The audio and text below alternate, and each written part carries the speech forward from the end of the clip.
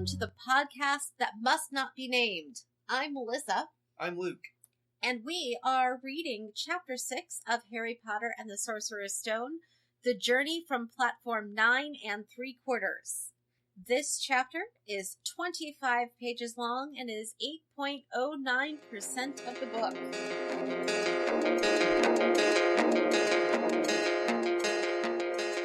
Harry spends his last month with the Dursleys this summer nearly completely ignored, which Harry thinks that, although this was an improvement in many ways, it did become a bit depressing after a while. Pulling from his history book, he names his owl Hedwig and finds his school books quite interesting. The last day of August comes, and Harry hitches a ride to King's Cross Station in London with the Dursleys, who are already heading that way to get Dudley's tail removed. Vernon cannot help but think that taking a train is a funny way to get to a magic school, not to mention his disbelief of a platform 9 3/4. Harry makes it to the Hogwarts Express just in time with the help of a nice wizarding family he meets at the station, the Weasleys. The train takes off and Harry makes a new friend, Ronald Weasley. We learn from Ron that the Weasleys have a very large family and Ron thinks that he has a lot to live up to.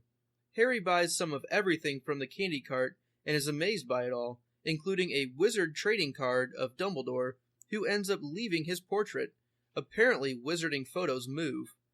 We meet a very bossy girl named Hermione Granger and a forgetful boy, Neville Longbottom, who cannot find his toad.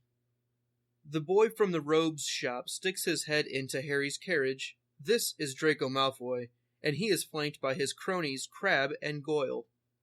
A fight nearly breaks out, but is stopped when Ron's rat, Scabbers, bites Goyle's finger. The train finally arrives at Hogwarts, and Hagrid leads all the first-year students across a lake in boats to the enormous enchanting castle on the cliff. The boats take everyone underneath the castle and let out onto an underground harbor.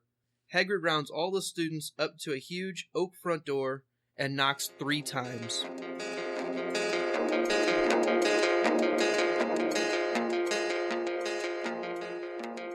Right, we're going to go ahead and get started on character introductions, and oh my goodness, there are so many. So let's start with the characters we actually meet in order of naming them. So the first character is the Snowy Owl. She gets a name. Her name is Hedwig. Then we meet the station guard, who thinks Harry's a little crazy. Then we meet the family of redheads, and in order of giving them names, the first named redhead is Ginny, the little girl, followed by Percy, who appears to be the oldest. Then the twins, Fred and George. They go together. Ron gets named next. And last is the mom, who we eventually find out is Mrs. Weasley. This was the Weasley family we just met. Then we get into Lee Jordan, Neville, and then his gran. We have Scabbers the rat, the woman with the candy cart on the train, Hermione Granger, Crabbe, Goyle. We are reintroduced to the boy from the robe shop, and he gets a name. He is Draco Malfoy. And we also meet Trevor the Toad. Now the fun part comes in that there are more characters who are mentioned but aren't physically present either on the train or in King's Cross.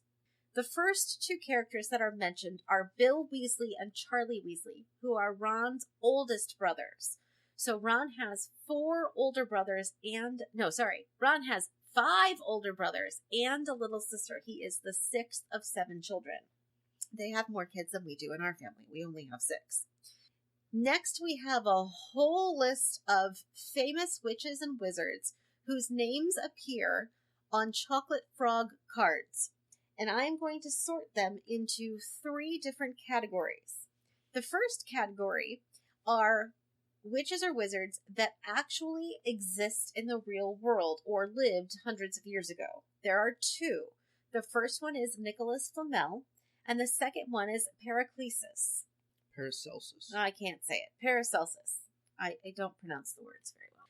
The second group of people are people who are part of a mythology. And I started looking these up. They are all parts of different mythologies. We have Morgana, who is from sort of the Arthurian. Arthurian legend, along with Merlin. He is from the same one. We have Hengist of Woodcroft. Circe, who is from Greek mythology. I don't remember where Hengist is from. I think it's a German mythology on that. Cleodna, who's an Irish mythological person. Then there are two who, according to the Harry Potter Wikia, are characters just in the Harry Potter world, but are named after people who used to exist, or like groups of people with those names. So the first one is Agrippa, and the second one is Ptolemy, both of which are the only two cards that Ron doesn't have. And both are named for people who existed, but are used in the Wizarding world as different than the people who existed here in real time, if that makes sense. The last one who is on the cards is a complete invention by J.K., and his name is Alberic Grunion, and he, I believe, was the inventor of the dung bomb. Classic. That's right. There is one more character who is briefly mentioned in this character, and that would be Dad Weasley. And it's only mentioned because at one point Ron says something about Mom and Dad, therefore assuming that there is a dad in the picture. Okay, fair enough. It's a mention. Whew, that was a list. Catch your breath. Okay, so moving on, now that I've taken my break after talking through all those characters, I hope you kept track. The locations that we get in this chapter are King's Cross, which is the train station, platform 9 3/4, which is a magical platform in King's Cross. Can I just throw out, I love that it's a fraction. Definitely. My little math teacher smiley face stamp.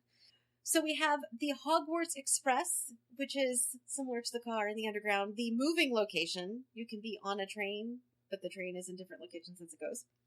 There's also boats on the lake. Another moving location. I feel like that needs to be like a separate entity. And then, of course, the Castle of Hogwarts. We don't get to go into Hogwarts yet, but we are on the castle grounds, and we see the castle. We're underneath the castle. We are underneath the Underground harbor. Yes. I did not list harbor. I guess harbor is another place. Then we get into the Magicabulary of Chapter 6. The first one is the Daily Prophet, which is the title of the Wizarding newspaper. Then we get Modern Magical History and The Rise and Fall of the Dark Art. We also have Great Wizarding Events of the 20th Century. Those were 3 books that Hermione had read that Harry was mentioned in. Because if it were me, I would have read all about myself. Exactly. Of course she would have. The other thing I thought was very interesting, the other vocabulary was, and there was all of the candies. Because all he wanted was a Mars bar. They didn't have Mars bars. But they did have Drubel's Best Blowing Gum, Chocolate Frogs, Pumpkin Pasties, Cauldron Cakes, Licorice Wands. Bertie Bott's every flavor.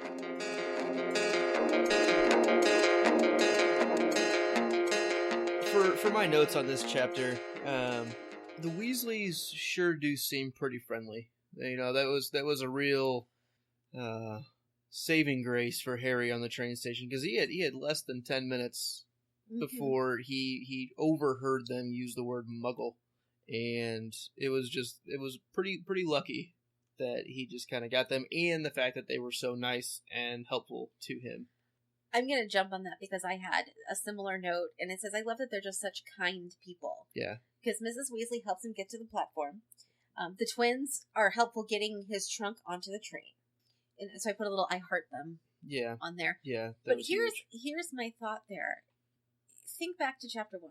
That within 4 paragraphs, J.K. made us loathe the Dursleys more than anything else possible, and then just continued to make them worse. Right. She made you hate them on page 1, and then dislike them even more as chapters went on.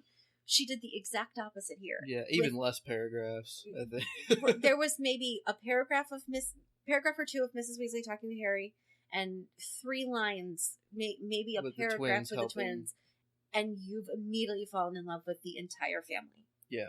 He hasn't even made friends with Ron yet, and you you've already decided, love the Weasleys. I love the Weasleys. Yeah, definitely.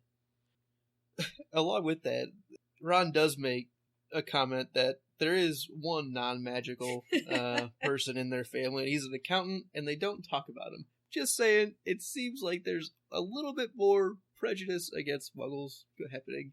I think it falls more into the Hagrid being ignorant, Ron being ignorant in this case kind of thing, but it's just kind of funny that they just don't, just muggles or non-magic folk just don't seem to fit in with even normal, not terrible sounding wizarding families. Okay, however, I'm gonna devil's advocate here.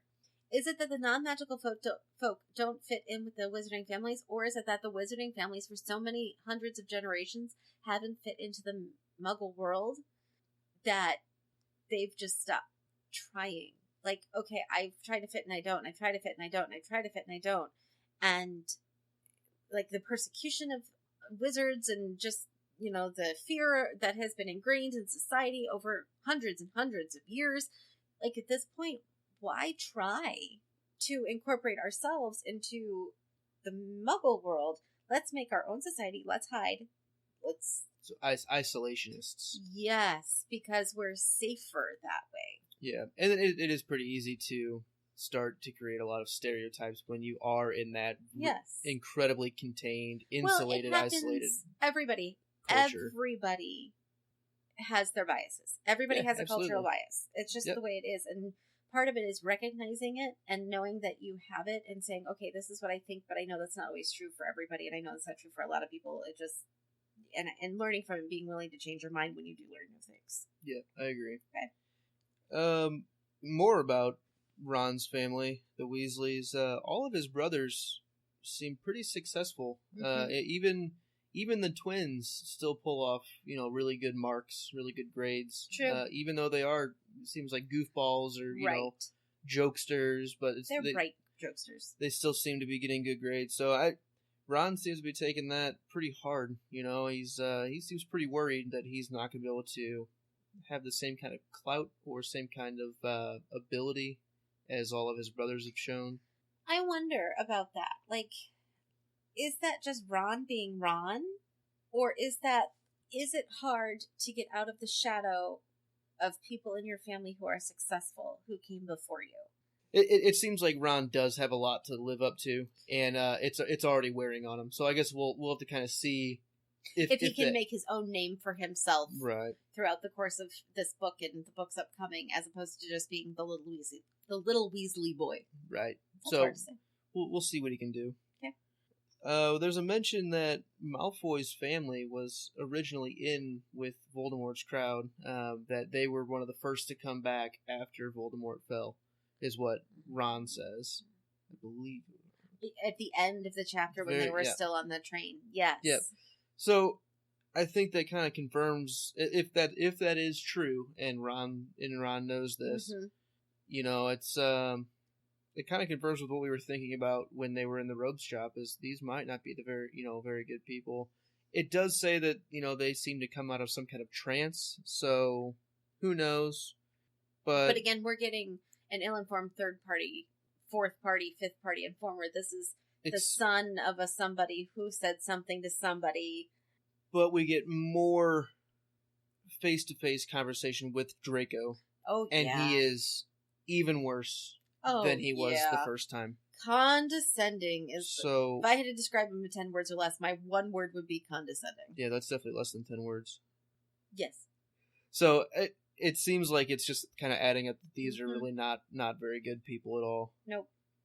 I like that Harry's able to judge that. He picks up on it real quick. Well, he's been trained for years by Dudley to recognize the kind of people he doesn't want to be around, and Malfoy is just a skinny Dudley. Yeah, definitely. So, taking the train to school would be kind of fun. Train rides are just fun in general. True. That actually kind of jumps in with one of my comments that I'm going to throw in there. Go for it. So the train leaves at 11. They get there at dark. They arrive at Hogwarts at dark. Right. Sure. The only food available is candy.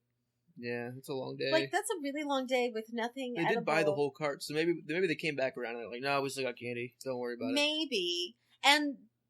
But like, that seems like they're missing food. So I just think, like, here's the mom in me. I apologize. I do mom first now. And I didn't do this when I was 20 years old reading this, 21 years old reading this. I do this now. Why is there no sustenance? Like, I totally get Mrs. Weasley sending sandwiches. Of course you do. You don't eat anything. I've been on the train. I know they don't. So I know that they don't feed you on that They're train. not going to feed you, and we don't have money for you to waste on the candy. That does sound like what I would say. I'm not spending money at the concession stand. We can go home and have a snack. There's food there. That's exactly what I would say to my kids. So they know the Hogwarts train. They know their audience. They Yeah. know who their consumers are. Their consumers are children, and their children eat junk food. So why would you sell sandwiches? No one will buy them. I will say, if you're going to buy anything, buy the pumpkin pasty. Because it's basically like a pie crust with, pumpkin filling and fried. So at least it's got... like a fritter kind of deal. Yeah, Like a little, right. little apple pie Yes. hand wrap thing. Yes. I guess I always thought of it more of like just like a pure sugar candy. Like, just like almost like icing in hard form. Ah, yes. You know what I mean? Well, okay, so I Google searched it. Okay. And people who've made pumpkin pasties have done so based off the books. So this is like a pasty based on a book, based on anything. But it was sort of the pie crust folded into like a half circle and then closed down with pumpkin filling in the middle. So it's almost healthy because it's got a fruit. That sounds delicious. Oh, it sounds amazing.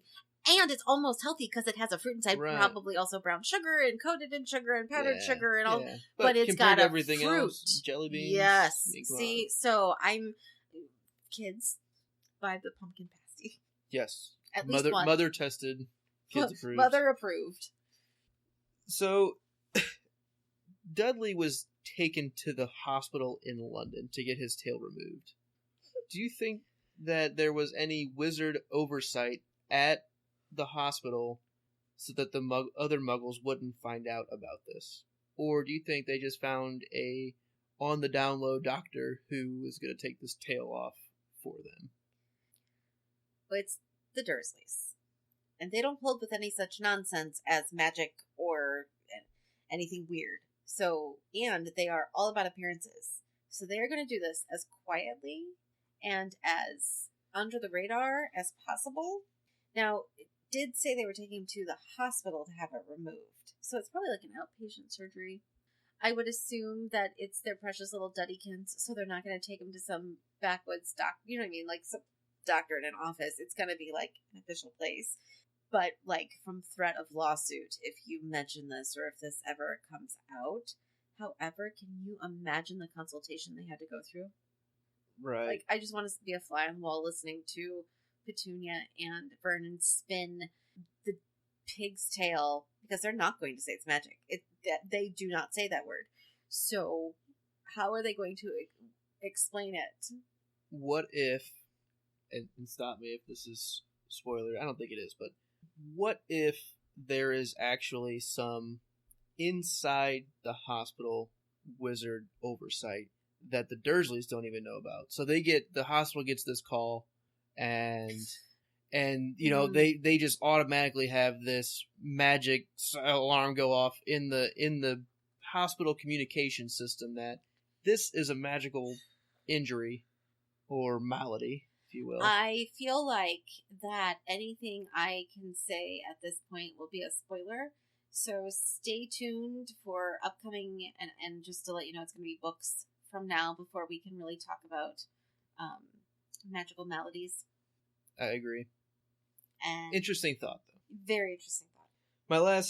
My last comment that I have, and I have kind of more than I normally would, but this is a very long chapter. Oh, yeah. So, Harry and Ron were followed into their boat by Neville and Hermione, is a line that happens close to the very end of this chapter. Yes. The things that we learn about Hermione and Neville is that they seem pretty annoying. I have that in my notes, yes, and they do. Harry No and offense. Ron do not seem like the kind of people that would, be real excited to be, maybe not hanging out with, but stuck in a boat with two people that they've already been annoyed by. Do you have any thoughts on that? Well, my first thought is, compare Ron and Harry to the other choices. Sure. It's possible that they're the nicest of the bunch. I'm just saying, we met Draco. He's not great. Yeah. Too bad the Weasley twins couldn't be there. I know, but they have Lee Jordan. That's true. So, like, they've got friends. And a They've tarantula. been there a while. Also true. So I'm not so much thinking that it's that Harry and Ron are getting stuck with them. It's that Hermione's kind of singled them out as, like, okay, these are people that are going to tolerate me without being necessarily conscious of that. Like, I think she knows these, because she's very, so Hermione is very aware of the other kids being immature. She talks about them running up, everybody is running up and down the corridors, and that's just not acceptable, and that's very Hermione. Right. Whereas Ron and Harry are sitting quietly, relatively speaking. And then almost get in a fight. Right, but they're unsupervised and they're sitting quietly, and they come in and they talk politely-ish to her, and they get into a fight, but they don't, and you're going to get in trouble, and okay, fine, whatever. So if you compare Ron and Harry versus the other kids she's seeing, plus, we don't know if there's any other girls. We've not heard of any other girls. Besides Ginny, who wasn't on she's not the going train, to school she's yet. too little. Like, I just feel like they might be, for her, The safest choice. or the lesser of 17 evils. Yeah. And I think she has just taken Neville under her wing. She's playing a little motherly role, Yes. because he definitely seems to be needing some hand-holding. Could you imagine being his grandmother and having to send him off? Oh gosh, I'm sure she's a nervous wreck. Or annoyed. Yeah. Like, oh, you should be fine. Everybody else goes off at 11. Is there a possibility that Hermione knows Harry is incredibly famous and well-known? Could she be trying to get in the famous kid's good graces? I mean, it doesn't seem all like too much of what she's concerned about. She doesn't talk as much to Harry, though, as she does to Ron. She has a lot more conversations with him. I mean, other than the whole I've read about you thing, she talks about Ron's rat, she talks about Ron's stupid spell, she talks about the spot on Ron's nose, she talks about how they should get dressed, and have you seen Neville's toad, and there are people running in the corridor, so she's not really hung up on it. Right. But oh, she's aware of it. She's aware of it. She's very aware of it. And how much street cred is she getting by rolling in the boat with Harry, with the other new students? Just saying. Maybe. Okay. All right. So some of my thoughts, we've actually gotten some, which is good because I have a lot. My first thought, and this is just like a cool thing I thought that happened. At the very beginning of the chapter, when Harry goes to ask the Dursleys for a ride to London, to get their attention, he clears his throat. And when he does that, Dudley screams and runs out from the room. I'm surprised it didn't squeal. I know. I love it. I just think that's awesome that Dudley is so afraid of Harry breathing loudly that he can't even be in the same room. So that's pretty awesome. That's funny. Okay, so tied into that, if Harry is so worried about getting to King's Cross in London on September 1st, A, how did he get home from London a month ago alone? And I know we've already talked about that in a previous episode. I feel it's worth mentioning again. Somebody give me a way to get home. They definitely rode the underground closer. Then why can't he do that back? This is my point.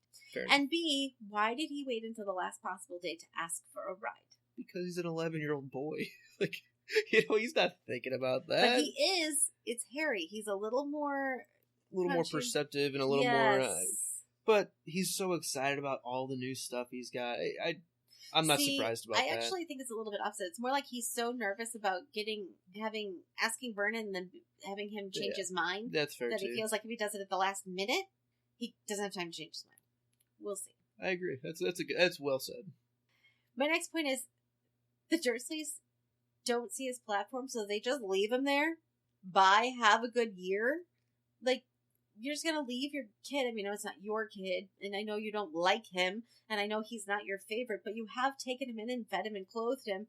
You're just gonna set him on the side of the train tracks, not even the train he's supposed to be riding, and not care what happens to him for the next year? Because I'm putting money down on the fact that they don't bother trying to find out how his year is going. They don't write to him. They don't, and I guarantee you that there is not going to be any kind of communication from them and Harry throughout the course of the school year. So they just assume he's fine, or if he's not fine, oh well, see ya? Kind of going back to your last point of, he did get home from the train a month ago. They're not worried about him. He can figure it out. He's street smart.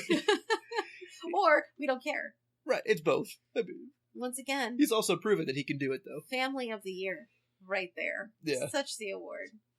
So, speaking of leaving Harry at the train, and I feel like I'm jumping on a little bit of Luke's bandwagon of Hagrid bashing, how do you forget to tell Harry how to get onto the platform? Like, I just feel bad that Harry can't get on there. And I love that he's so astute into knowing Hagrid's character after knowing him for just a day. He's like, yeah, he probably forgot to tell me this. Hagrid just doesn't make it difficult to bash on him. He's really just doesn't. not helping himself He's at a all. lovable oaf. He is completely an oaf.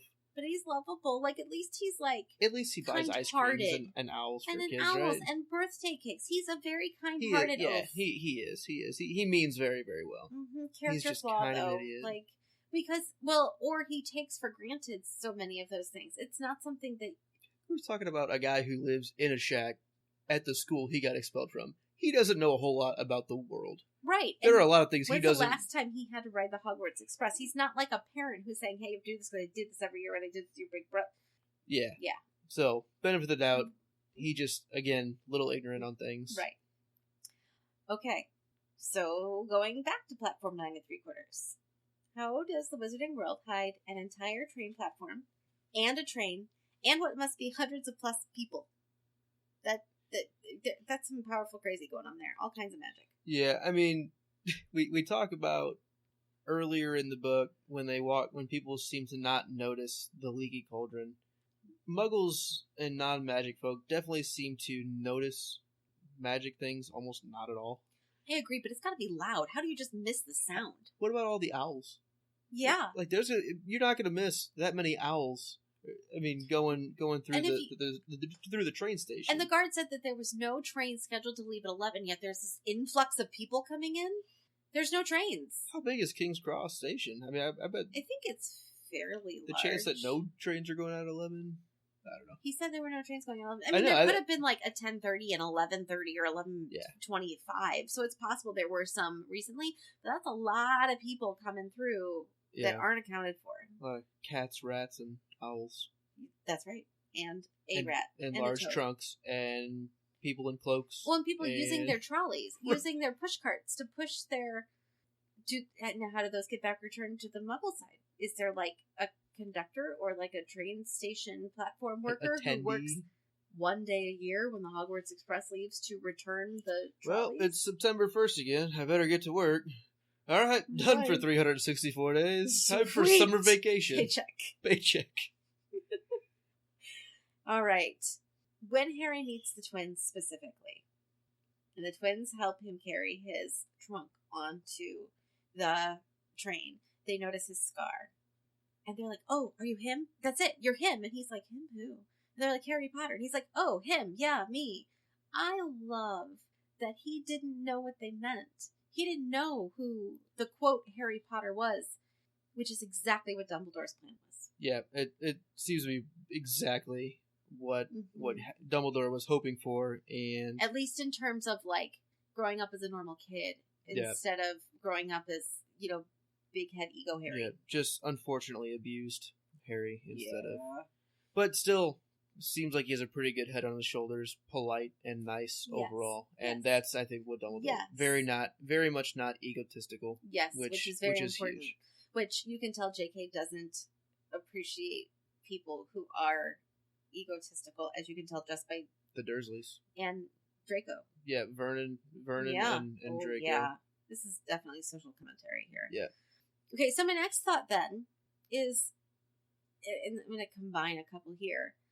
Harry and Ron, what they really bond over is being depraved.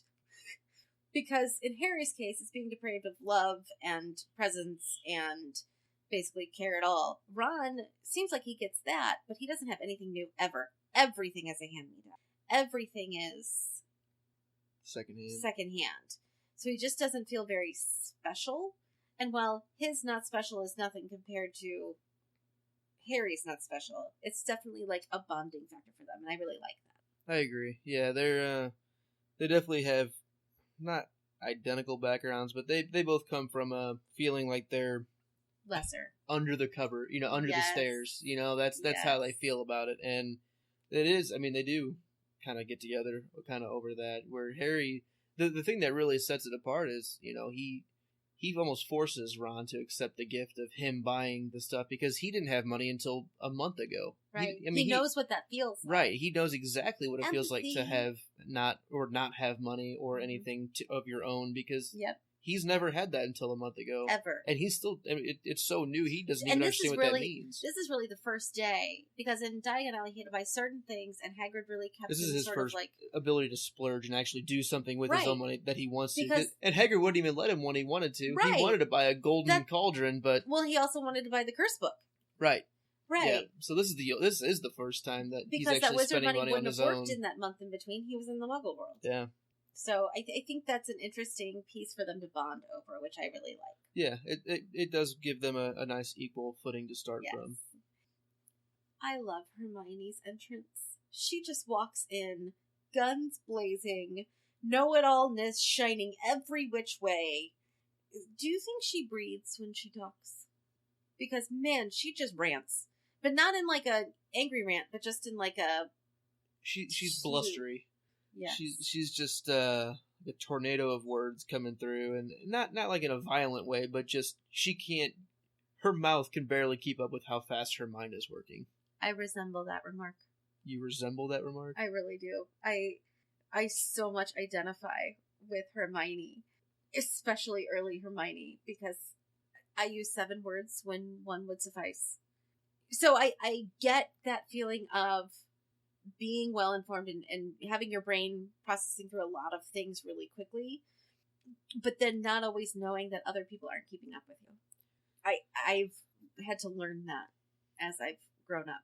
So I very much can see myself in a lot of Hermione in certain ways. Yeah, I see the similarities, and there are a few of them that I identify with as well. A little less pushy, I think, in my case, but I'm sorry, I am the book. That's all right, what do you Just got? ask our other brothers. Yeah, jeez. Oh. Okay, house sorting sounds stressful. What does that mean about you if you're going to be sorted into a certain house? That's a lot of pressure walking in. I mean, and they've been talking about it since the Diagon Alley chapter, sorting you into What the a different house. what do and what these they different mean houses and what are mean? the sort of preconceived notions of who you are if you get sorted there. It seems like there is a lot of loaded information behind what house you're in, because it Yes. seems like it's a big deal, at least to some people. Right. It's being in Slytherin, I mean, Draco Malfoy is guaranteeing that's going to happen. Right. Or all how, of the Weasleys are in Gryffindor. so I what mean, happens if Ron doesn't end up in Gryffindor? Right. That, like, Right, and we've seen a lot of them are pretty similar. They're all very kind. And is that Right. something that feeds into that? I And don't so, know. I mean, yeah, it's I think we'll have to wait and see on that one. But Yep. it seems like there's a lot coming down the pike. yeah, on that. I'm mostly just thinking about, like, the pressure on an 11-year-old. Like, that could really break a kid. Yeah. Having that much pressure on your first day, not knowing anything, especially a kid not raised in the wizarding world. Yeah. That to me Maybe- feels very stressful. Maybe more on someone who did grow up in the Wizarding world. I would say more on a kid who grew up in the wizarding world whose family was all something. If you came from a family where everybody was mix. something different, Okay. it's kind of like if you grew up in a house and your mom is a Democrat and your dad's a Democrat and your brothers are a Democrat, and all of a sudden you start leaning sort of Republican, it's very different. Or if you Right. grew up in a very Republican house and all of a sudden you start leaning Democrat. But if you grew up in a house where your mom is Democrat and your dad's Republican, it's sort of like, okay, Do what you want. right. Same thing with religions. If you grew up in a house where everybody is Jewish, The chance that you're going to convert to, Catholicism, Catholicism, yeah. right? But if you grew up in a Catholic house, you better not go Baptist. Like, you have to be Catholic. That's just what we believe in. But if your dad is Jewish and your mom is Baptist, and you want to go practice Buddhism. cool. Yeah. Because it's just sort of more that open mindedness. Like, we can coexist. So I guess like the ideal setting for the least amount of pressure would be like Growing in a Wizarding family that has your mom was a variety of- Hufflepuff and your dad was a Ravenclaw and his parents were Gryffindors and her grandma was a Slytherin who married a Gryffindor and it's just a big the whole hodgepodge family of- doesn't self-identify with, right. with a It's single. not a family trait to be a Slytherin Yeah. or be a Gryffindor. That's fair. yes. Yeah, I agree. That would be the goal. Okay. We get our second mention of Quidditch teams. What are those? We're back to it's a game with broomsticks and balls and they fly and stuff. Flying soccer. Flying soccer. Sounds fun. It does. All right, so my next thought is Draco. Yeah, he's terrible. That's it. Just ugh. I was hoping we wouldn't see him much, but He's back we're already seeing him with a again. vengeance. One chapter later, we're seeing him again. and he is owning us not liking him. He is really taking that to his black, dirty heart. Yeah. So then, moving on from my yuck Draco, are only first years in the boats with Hagrid? He calls all the first years to him. Is it only the first years there? Because it says when we get our first look at the castle as they go through, they're like, oh. But if it was older students, they will have all seen it. So are there other students besides the first years in the boat? And if not, how do they get from the train station up to the castle? Because obviously there's a trek.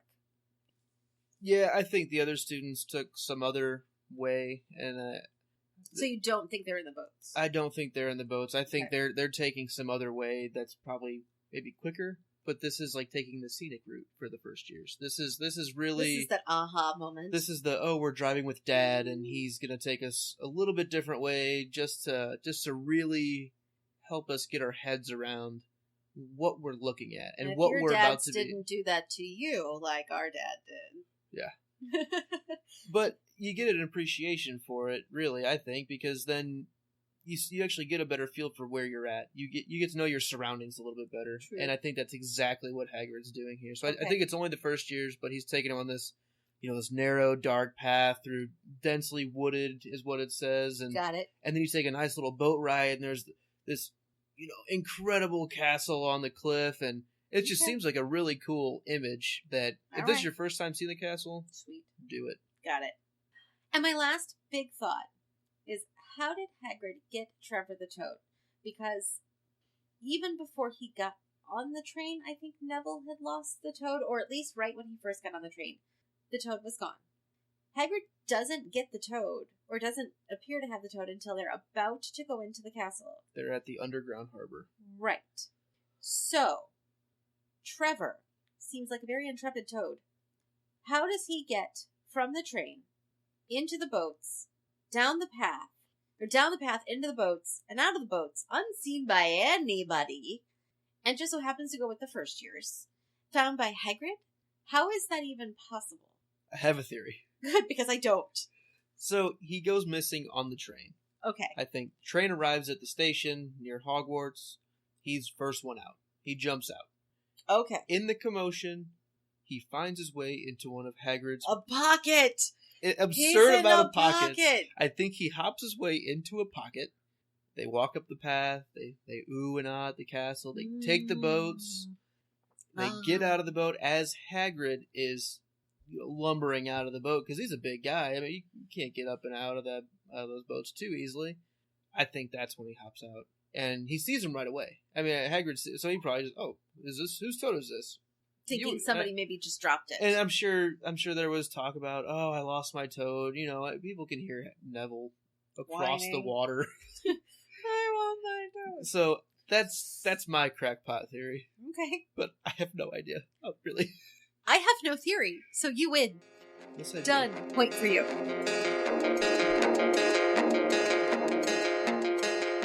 All right. Now to our 5 burning questions. My 5 burning questions. Number 1. Which candy would you want to try most and or least? I probably want the pumpkin pasty the most. I was going to say chocolate frog, but I don't actually like a big bulk of chocolate without like peanuts or something mixed in. So I'm going to go with pumpkin pasty. As your favorite. As my favorite, absolutely. My least favorite would be Bertie Bott's Every Flavored Bean. Only because I really don't like jelly beans. I don't like the texture of that kind of candy. Mm-hmm.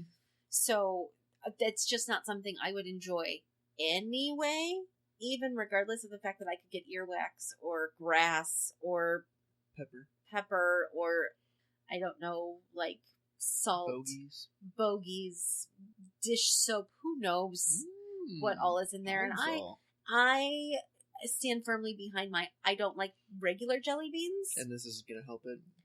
Why would I even subject myself? Right. How about you?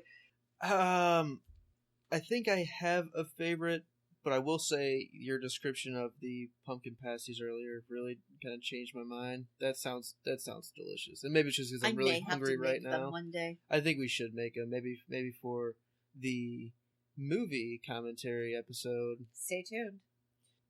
I don't really care for licorice all too much. I do like normal red licorice. I don't like black licorice at all. No, me neither. what do you think cauldron cakes are? Do you think they're just little baked goods, like a Little Debbie type cake? Well, in my head, it looks like a cauldron. Like it's that roundish shape with a top, so like black with a filling. With a filling. Maybe not black, but just like a roundish sort of doughy thing. I don't really know. That's a really good question. Kind of like a big Hostess ball, like cupcake with the top cut off. That's what I'm picturing right now. Maybe. So when I look it up online and I just search images, people who make cauldron cakes have made they almost look like hollowed out cupcakes. That's that's what like a Hostess cupcake is. What else? That's the image that I had in my head. Mm-hmm. But I think that's just from people who've made cauldron cakes off of the Harry Potter book, as opposed to what J.K. was actually envisioning. Right. I don't really know. Yeah, I think I'm gonna stick with chocolate frogs being my favorite one because I grew up collecting Pokemon cards, and I think the trading card thing would be fun to collect, and he is playing Pokemon, and I am, and I do like big hunks of chocolate, like Easter candy, like the big bunnies. I'll just eat the whole thing in one sitting. Side note: next time I pull Luke's name for Christmas, buy him a giant bar of candy. Check. Done. Yeah. So I think my favorite's chocolate frogs, least favorite licorice ones. Okay. Second question. Should Harry or other non-magical family kids be given more direction about the platform 9 3/4? I think they need more direction in general. Yeah, even getting to Diagon Alley. Like How anything. about, like a how-to guidebook. I mean, even kids who go to normal school, there is a family handbook in almost every school that has rules about what to do in case of an emergency and what the birthday celebration rules are. Some schools allow them, some schools don't. What the rule is for PTO. There's no handbook. He gets a 2-paragraph letter and a list of supplies, which you can't buy at your local store, with no direction on where to get them, no direction on where to go, no direction on how to pay for any of this, no direction. His ticket for the train isn't even in the letter. Hagrid has his ticket. Right. Like, how did the other kids get their tickets? Did he, like, pull it out of the envelope? This goes back to my theory that I really, truly believe that every non-magical kid is visited by somebody. I think they need to. I don't think that's normal. So maybe it should be. Maybe there is like a standard script. Hello, my name is Professor Bibbidi Blob. Welcome to here's you opened your letter from Hogwarts. I am Professor such and such. Blibbidi Blob. Sure. Professor Blibbidi Blob. That's right. Professor Blibbidi Blob, and I teach Blobby Blues. And you have been offered a position at Hogwarts. You said, yes, I am here to provide your sort of liaison, concierge to the school, almost like a training. Yeah, I'm going to give you introduction to the Wizarding World. Yes. Anything, help us out. Yes. Here. Yeah. So I feel like that's something that the professors do to the non-magic kids, and they probably have pretty good training in it. And Harry just got stuck with Hagrid. Harry got stuck with Hagrid. One, because Hagrid has this attachment to Harry. Maybe there was a lot of Muggle-born students that particular year. Could be. Or maybe it's just J.K. wanted us to not know a lot and wanted us to sort of figure it out with Harry, and so the best way to do that is to give him a bumbling advisor. Yeah, I mean, she's able to kind of put off a lot of the mystery until... Yeah, because if Professor McGonagall showed up, man, we would know everything. Yeah, probably too much. Right. It loses the mystique of the book. Yeah, absolutely. Practicality-wise, it makes no sense at all for Hagrid to pick him up, but mystique of the book, okay, I'll give you that. The third question, what are your thoughts on Draco making death threats? He says, I think I can tell who the wrong sort are for myself, thanks, he said coolly. Draco Malfoy didn't go red, but a pink tinge appeared in his pale cheeks. I'd be careful if I were you, Potter, he said slowly. Unless you're a bit politer, you'll go the same way as your parents. They didn't know what was good for them either. That's a death threat. He knows that Harry's parents were killed. Because they talked about it at the shop. On top of the fact that he knows that Harry Potter's parents, but he has spoken to this kid personally about his dead parents. Yes. Like, that's pretty harsh for an 11-year-old to be dropping death threats on this kid that he just met, one, and two, like, just slightly offended him. I think it. Or do you have any thoughts on it specifically? I think Draco's a jerk. He's a jerk, and I think he just feels like he just missed out on getting like the new hot commodity friend at school. And how much do you think he was coached at home? Hey, you need to try to be friends with this famous kid we because want power, we want we want prestige. He's got a big name. You need to be his friend. Yeah, I agree. It's But I also think that death threat thing, you learned that at home too. Yeah, seems pretty shallow below the surface. He is very much a product of his upbringing. I think if you had thrown that exact same kid with better parents, he'd be a much different kid. Unlike Hermione, who I think is going to be a brainiac no matter who her parents are. Sure. Does that make sense? Like, there are some kids who are just a product of their nature. Neville is a product of his nature. I think Draco's a product of his nurture. Sure. Yeah, no, that's fair. Okay. I just hate Draco. Alright, my last question. Would you rather study dragons in Romania or work for a bank in Africa? Bank in Africa. Any reason? I don't do animals. Okay. And I like warmer weather. Okay. I think I'm taking the other one. I think I'm taking dragons. Of course you are.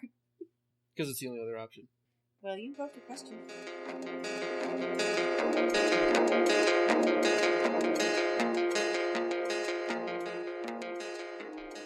What was your favorite line in this chapter? This is tough. Listeners, I have to tell you, we have seven favorite lines. One, because it's a very long chapter. Do I do the leading up ones and then favorites last? I think so. Okay, so I'm going to give you my runners up to the runners up, because I'm technically not the favorite line. I am. Oh yeah, no, you're right. I'm going to give you the runners up to my favorite line. One of the ones I really, really liked was Hermione and all her know-it-allness saying, "And you've got dirt on your nose, by the way. Did you know?" After it had been pointed out many times that, yes, he does have dirt on his nose.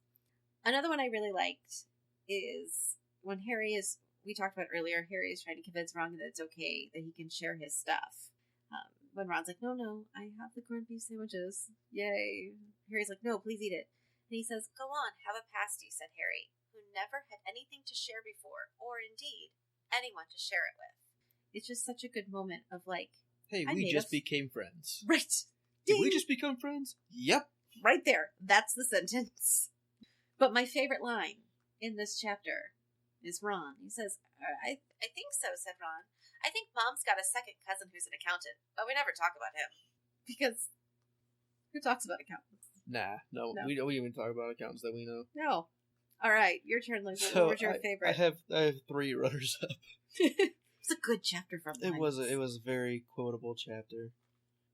So, along with kind of a nice quote similar to Melissa's last one was, or to her second runner-up, he didn't know what he was going to, but it had to be better than what he was leaving. This is Harry reflecting on him finally getting out of the depths of living at Privet Drive, and it's a nice moment for him to kind of start looking forward.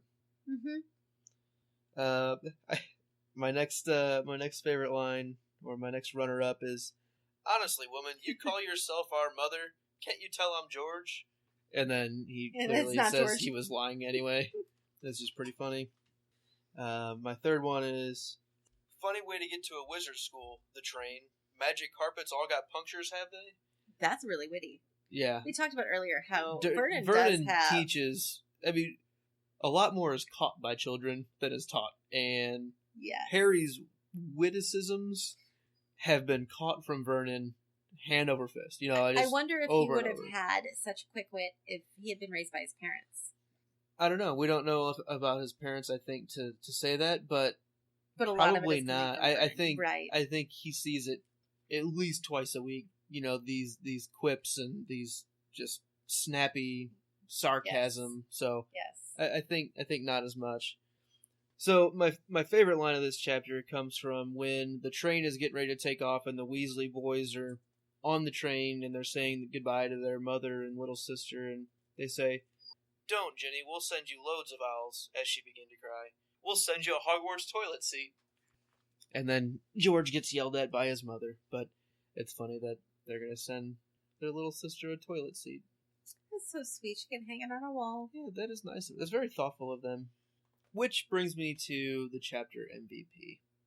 And I think it's pretty easily the Weasley twins. I am going to lump them together because they do almost everything together so far.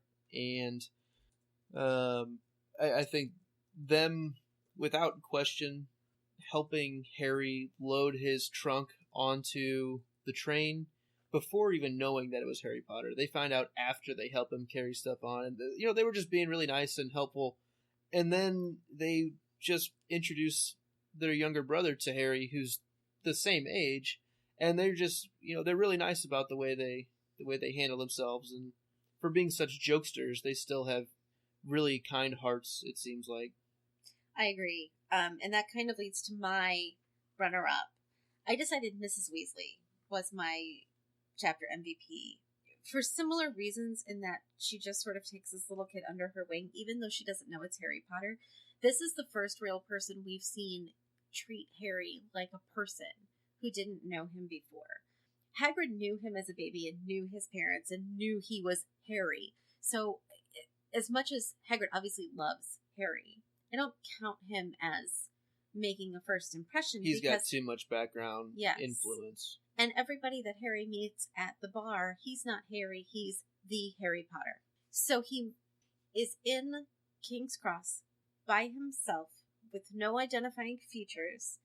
He goes up and asks this woman, and she's so nice to him. And he was really polite to her. He was very polite to her, and she points that out later. Yep. She was so nice to him and does a really good job of, modeling for him, sending one kid to go do it, and then having him go try. Just really taking the pressure off him. Yes. But I think what really sealed it for me is when the twins get off the train and they're like, hey, guess who we just put? Remember that black-haired kid? It was Harry Potter. And she's like, no wonder he was alone. I forbid you to ask him anything about it. Can you imagine how hard it must be to be him? Here's this woman who knew nothing about him, was kind to him on her own without knowing he was Harry Potter, and then immediately knew how hard being the Harry Potter must be. Yeah. She relates to... She empathizes with him pretty quickly. Yes. And such a mom. Yeah. Such a good mom. She's a good mom. Yep. I agree. And it might be the first example of good mom we've seen. This first example of good parenting. And again, outside of Hagrid's one-off, couple really good pieces of advice. Pieces of advice are different than being a parent. I agree. He's mentory and friendly. She's a good mom. Yes. Petunia, not a good mom. Nope. Vernon, not a good dad. Nope. Draco's parents. This is Fig. We don't know if she's a parent. Well, she doesn't seem like she's very attentive as a motherly figure while she's watching him his whole life growing up. But I'm not even talking about people relating to Harry. I just mean people relating to children. Right, I'm saying she doesn't do a good job at that from what we've heard. I mean people you're in charge of raising. Actual moms. Not just Hagrid or Mrs. Outside characters. I mean the actual people who are responsible for raising these people. This is the first example we have of quality. Yeah. And you can tell by how the twins treat Harry and by how Ron is friends with him. They just start talking. It shows in the way her kids are acting that she has raised her kids right. I agree. Good job.